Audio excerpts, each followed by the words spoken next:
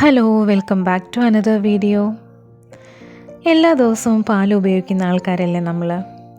മിക്കവാറും ഉള്ള ആൾക്കാർ പാക്കറ്റ് പാലായിരിക്കും വാങ്ങിക്കുന്നത് അല്ലേ?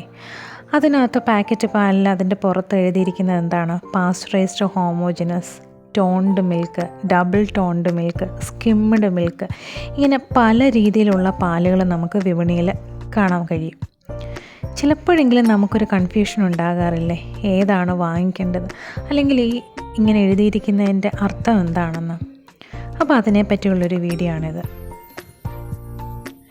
പാല് പാക്ക് ചെയ്യുന്നതിന് മുമ്പ് 2 പ്രോസസ്സിലൂടെയാണ് കടന്നു പോകുന്നത്.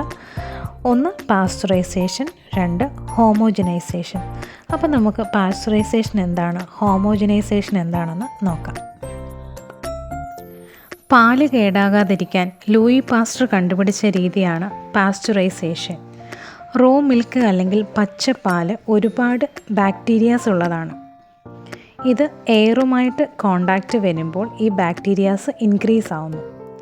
പാല് 100 ഡിഗ്രി സെൽഷ്യസ് അല്ലെങ്കിൽ 212 ഡിഗ്രി ഫാരൻഹീറ്റിൽ താഴെ ചൂടാക്കി ബാക്ടീരിയ ഇല്ലാതാക്കുന്ന പ്രോസസ്സാണ് പാസ്ചറൈസേഷൻ. പാസ്ചറൈസേഷൻ 2 തരത്തിലാണുള്ളത്. ഒന്ന് HTST, full form high temperature short time pasteurisation. 2 UHT, ultra high temperature pasteurisation.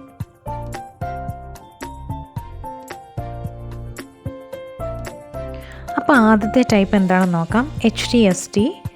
ഇതിൽ 161 ഡിഗ്രി ഫാരൻഹീറ്റിൽ 15 സെക്കൻഡ് പാല് ചൂടാക്കി പിന്നീട് അത് പെട്ടെന്ന് തന്നെ 40 ഡിഗ്രി സെൽഷ്യസിൽ തണുപ്പിച്ചെടുക്കുന്നു. ഈ പാല് ഒരു 2-3 ആഴ്ച കേടുകൂടാതെ നിൽക്കും.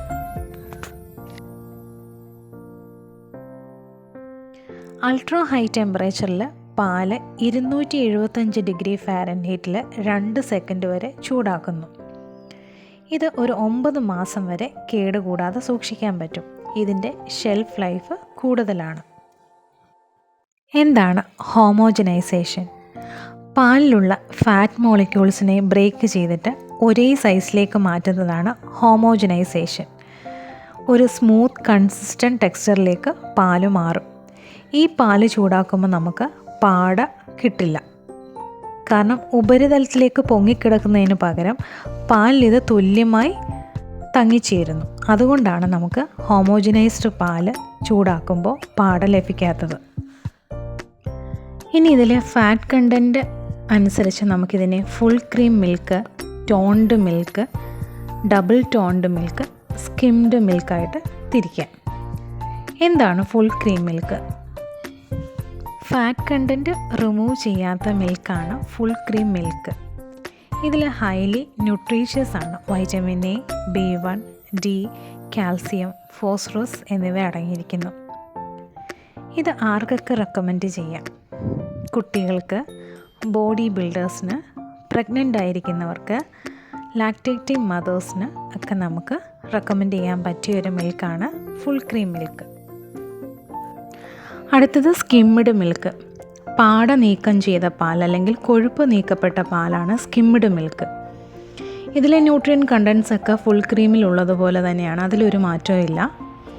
ഇത് ആർക്കൊക്കെ എടുക്കാൻ പറ്റുമെന്ന് നോക്കാം. ലാക്ടോസ് ഇൻടോളറൻസ് ഉള്ള ആൾക്കാർക്കും ഹെൽത്ത് കോൺഷ്യസ് ആയിട്ടുള്ള ആൾക്കാർക്കും സ്കിംഡ് മിൽക്ക് നല്ലതായിരിക്കും. അടുത്തത് ടോൺഡ് മിൽക്ക്. ഇതിലെ ഫാറ്റ് കണ്ടൻറ്റ് 3-4% ആണ്. എങ്ങനെയാണ് ടോൺഡ് മിൽക്ക് ഉണ്ടാക്കുന്നതെന്ന് വെച്ചാൽ ഇതിലേക്ക് കുറച്ച് സ്കിംഡ് മിൽക്കോ അല്ലെങ്കിൽ വെള്ളമോ ആഡ് ചെയ്ത് കൊടുത്തിട്ടാണ് ടോൺഡ് മിൽക്ക് ഉണ്ടാക്കുന്നത്. ഇതിലെ ന്യൂട്രിയൻസിനൊന്നും മാറ്റം വരുന്നില്ല, ഫാറ്റ് കണ്ടൻറ്റ് മാത്രമേ കുറവുള്ളൂ. ഫാറ്റ് ഇൻടേക്ക് കുറയ്ക്കാൻ ആഗ്രഹിക്കുന്നവർക്കുള്ള ഒരു ഗുഡ് ചോയ്സ് ആണ് ടോൺഡ് മിൽക്ക്. അടുത്തത് ഡബിൾ ടോൺഡ് മിൽക്കാണ്. ഇതിലെ ഫാറ്റ് കണ്ടൻറ്റ് 1.5-2% ആണ്. ഇതിലേക്ക് ആഡ് ചെയ്ത് കൊടുക്കുന്നത് ഒന്നുകിൽ ടോൺഡ് മിൽക്ക്, സ്കിംഡ് മിൽക്ക് അല്ലെങ്കിൽ വെള്ളം ആഡ് ചെയ്തിട്ടാണ് ഡബിൾ ടോൺഡ് മിൽക്ക് ഉണ്ടാക്കുന്നത്. ഇത് ഫാറ്റ് ഇൻടേക്ക് കുറയ്ക്കാൻ ആഗ്രഹിക്കുന്നവർക്ക്, ഡയറ്റിംഗ് ചെയ്യുന്നവർക്ക്, പിന്നെ പ്രായം ചെന്ന ആൾക്കാർക്ക് ഉപയോഗിക്കാൻ പറ്റിയ മിൽക്കാണ് ഡബിൾ ടോൺഡ് മിൽക്ക്.